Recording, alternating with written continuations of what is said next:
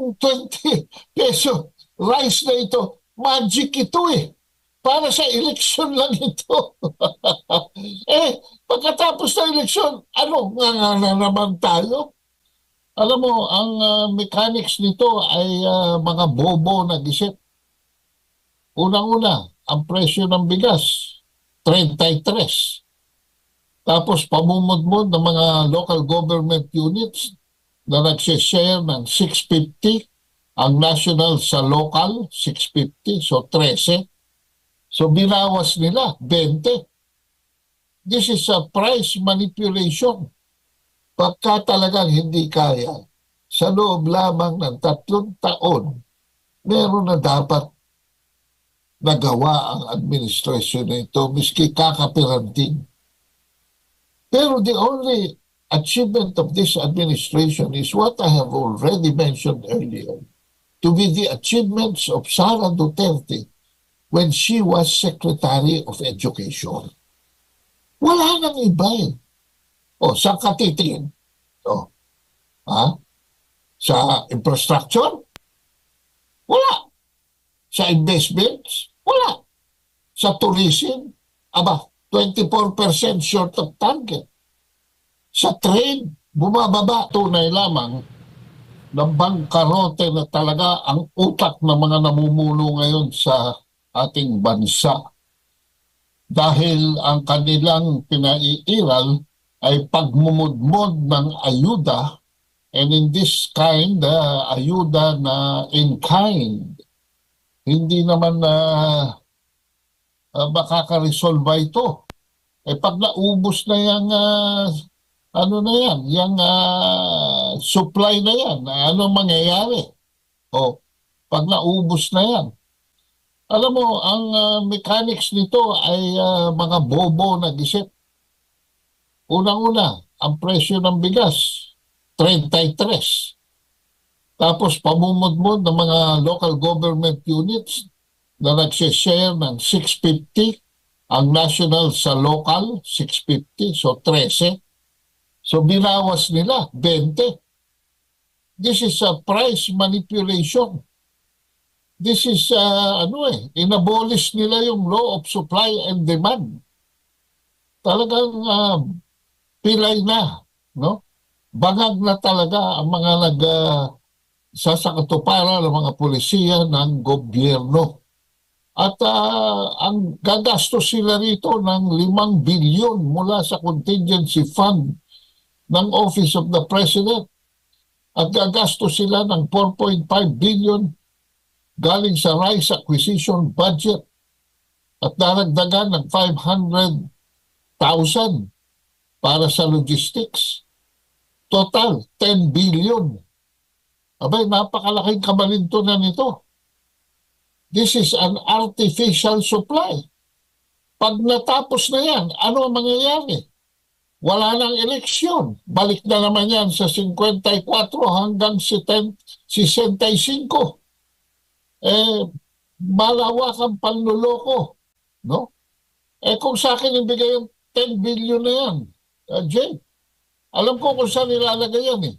Ha?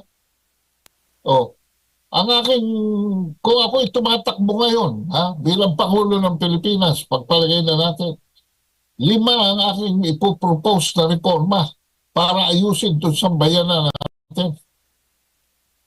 Unang-una, livelihood and food on the table. No? Kung itong 10 billion na ito ay ilalagay sa pag-create ng livelihood, may multiplier effect. Ang 10 billion ay manganganak pa ng hindi lamang 10 billion, magkakaroon siya ng multiplier effect. So, saan ko dadalhin ito?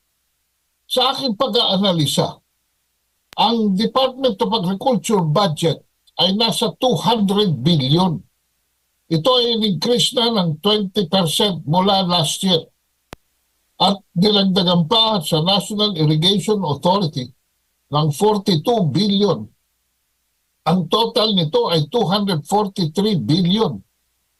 Pero nung tingnan ko, ang share ng fisheries and aquaculture dito ay only 3.6%. Lagay na natin sa 4% lamang ng budget ng agrikultura ay pupunta sa fisheries and aquaculture. So, ano ang mangyayari nito? Ano ang katapat na istatistika nito? 60% ha?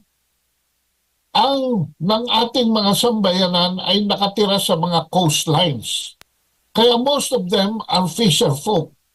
At karamihan ng ating coastlines, lalo na sa eastern part ng Pilipinas, ay takip. Ang cover natin ay mga coconut trees. Kaya karamihan din dito ay mga coconut farmers na nagdodoblado bilang mga mangingisda at mamamalakaya. 60% nasa coastlines. So, bakit nagkakaroon tayo ng hunger rate na 27.2% at ang self-rate poverty 63%, the highest in 21 years. Anong ibig sabihin nito? Saan tayo magpa-priority kung tayo gumagawa ng polisiya para sa gobyernong ito? Eh doon, kung saan nandun ang karamihan. At ang karamihan ay nasa coastlines. So bakit 4% lamang ng budget natin sa pagkain ang ibinibigay natin sa fisher folk at mga nagdodobladong mga coconut farmers? 4% lamang. Hindi ba, wala na bang sense of proportion ang mga taong nasa gobyerno ngayon? So, this is the easiest way to create livelihood, Jade. At alam ko yan. Dahil ako ay naging consultant kay Agriculture Secretary Cito Lorenzo mula noong December 2002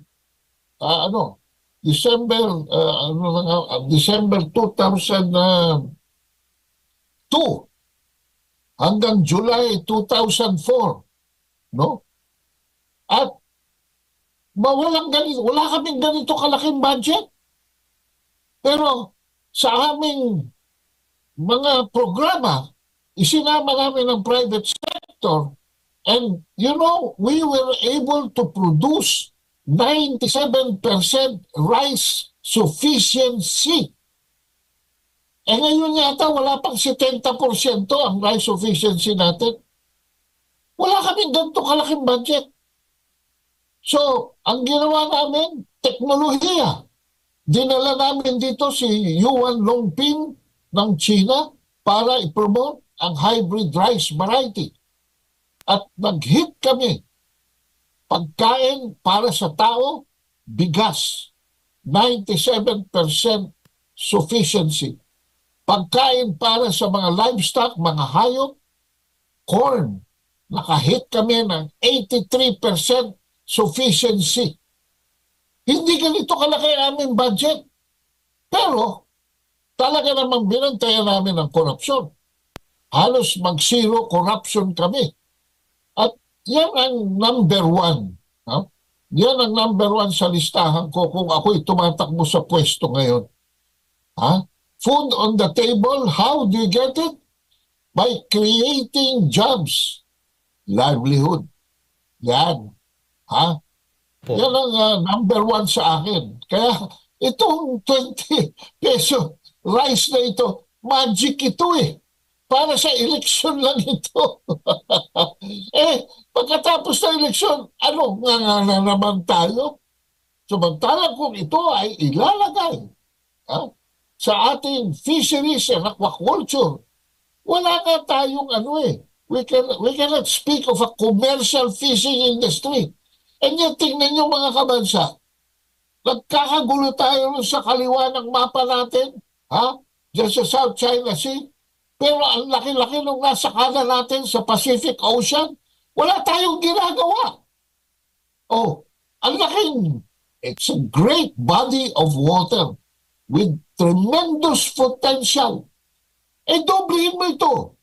yung 10 bilyones, idagdag mo rito sa 7 billion. Di 17 billion ngayon ang budget ng fisheries. Oh, ilang cold storage ang magagawa niyan? Ilang puerto ang ma-develop niyan? Ilang after harvest, post-harvest, ang magagawa niyan? Oh, ilang bangka na malalaking bangka, dahil tayo nasa basnig, ang ating fishing industry ay nasa basnig. Ilang basnig ang may distribute natin sa 10 billion? Kadami-dami yan. Overnight, we can create, no less than, baka hindi lamang 5 billion jobs. Dahil pati yung, hindi lamang yung pangingisda, kundi yung pagdating ng mga harvest nila at mga huli nila, ipoproseso natin, kanin. Kailangan processing. Ano ang binibigay natin dyan sa Karanginan, dyan sa seaweeds, sa mga kapatid nating Muslim dyan sa Tawi-Tawi, Basilan at Sulu? Ano ang binibigay natin incentive? Wala. We are the largest provider of Karanginan. Bakit hindi natin i-promote yan? Yan ang sinasabi ko. Wala sa wisyo ang ating pamahalaan ngayon.